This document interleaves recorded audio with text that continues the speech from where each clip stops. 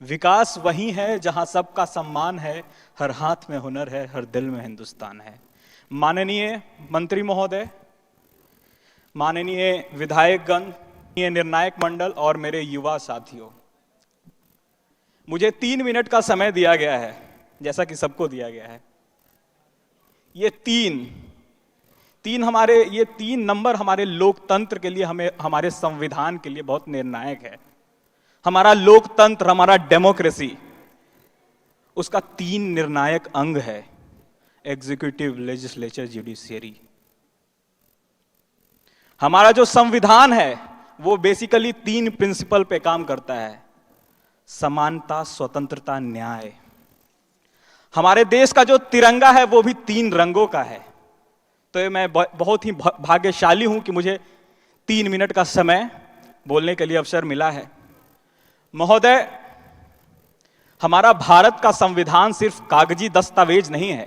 मैं अपने class 9th की एनसीईआरटी की किताब में मैंने पढ़ा था कि a constitution is a set of rule according to which a country is govern. It is not a set of rules. ये सिर्फ एक दस्तावेज नहीं है नियम कानून के।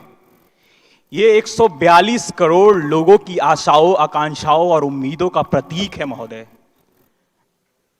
हमारा भारत देश, जिसमें लगभग हम 22 आधिकारिक भाषाएं हम बोलते हैं, 1200 से ज्यादा बोलियां बोलते हैं, लगभग हजारों जातियां हैं, सैकड़ों जनजातियां हैं, विश्व के अनेक धर्म हमारे यहां रहते हैं महोदय।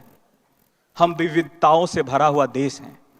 जब हम आजाद हो रहे थे, क्या कहा गया था हमारे बारे में? क्लेमेंट एटली ने कहा था कि यह देश कभी तरक्की नहीं कर पाएगा, इसका लोकतंत्र नहीं चल पाएगा, क्योंकि यह विविधताओं से भरा देश है महोदय। लेकिन मैं बताना चाहूंगा कि जो हमारी विविधता है वो हमारी ताकत है, हमारी एकता, हमारा पहचान है।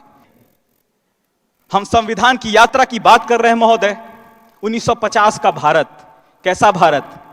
हमें अमेरिका PL 480 स्कीम के तहत सड़ा गला हुआ गेहूं देता था। न सिर्फ देता था बल्कि वैश्विक मंचों पर इसका गुणगान करते रहता था। हम एक सुई बनाने का भी उद्योग नहीं रखते थे। आज हम वैश्विक शक्ति हैं। आज न सिर्फ हम उत्पाद कर रहे हैं बल्कि विश्व में निर्यात कर रहे हैं। आज हम इंडस्ट्रियल नेशन है। हमारा युवा नवाचार कर रहा है। लेकिन हमारे सामने उपलब्धियां हैं तो कुछ सवाल भी है महोदय। हम दुनिया का सबसे बड़ा लोकतंत्र है, ये बड़ी बात नहीं है।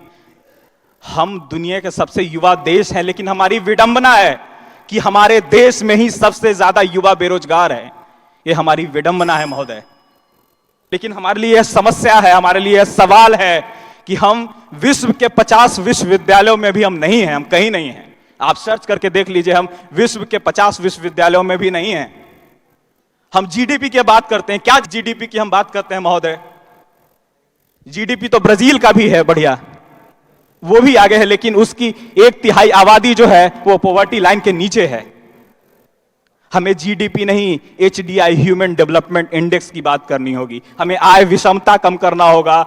हमारे देश में जो कुछ मुट्ठी भर लोग हैं वो संसाधन पे कब्जा किए हुए हैं और यह देश के करोड़ों लोग संघर्ष कर रहे हैं।